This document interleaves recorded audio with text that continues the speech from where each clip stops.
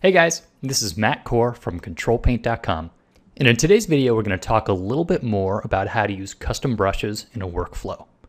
And this time I'm going to take a totally opposite approach, because if you remember the last video, it was all about shape, using the brush as a silhouette.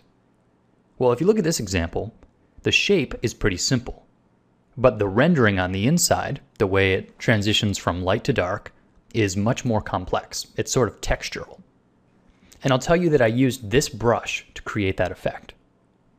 So it's a bit challenging because this brush, as you can see, has a really crazy silhouette. So if I set off to paint the example, I might have a little trouble controlling it. I'll have a lot of trouble getting that sharp edge. So this is where using custom brushes as an overlay can be really useful. So here you can see I painted the basic shape with a standard brush. I used a hard round, and then I erased it away a bit. And to apply that textural rendering over top, I'll make a new layer, and then I'll say Layer, Create Clipping Mask. And now when I paint with that crazy custom brush that has a lot of randomness to it, I'm not able to go outside of these lines. So I can paint and paint, and I'm restricted to painting only over top of this layer. That's what a clipping mask does. So here I can sort of restrain that brush a little bit. And I get the best of both worlds. Within the boundaries, I get a nice random look. But then when it comes up to that edge, I get a nice restrained edge. And you can see when I turn off the clipping mask, I've really been painting way outside of the lines. But when it's a clipping mask, you can never tell. So here I've drawn a metal helmet with some leather straps. And this is a great opportunity to use textural overlays because there's two very different materials in the object. And I've got the leather straps on their own layer.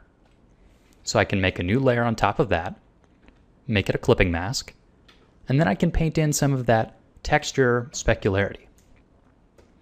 And I'll use a textured custom brush for this. But because of the way the clipping mask works, I don't have to worry about painting outside of those lines.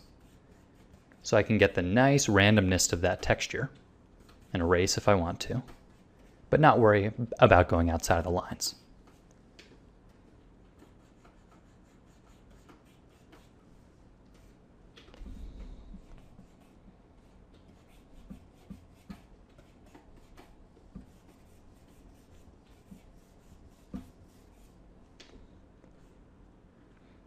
Or if I were to flatten all these layers together, I can make a clipping mask for this entire helmet and paint a little wear and tear over the whole thing. Just rough it up a little bit.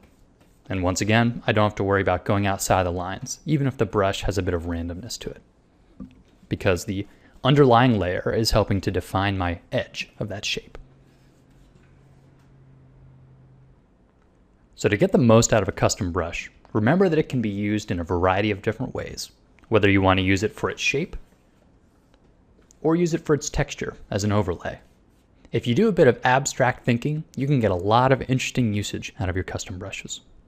And if you've never made your own brush, you have no idea what you're missing. So make sure to look out for the Custom Brush Design series, which will be in the store very soon. Thanks for watching, guys.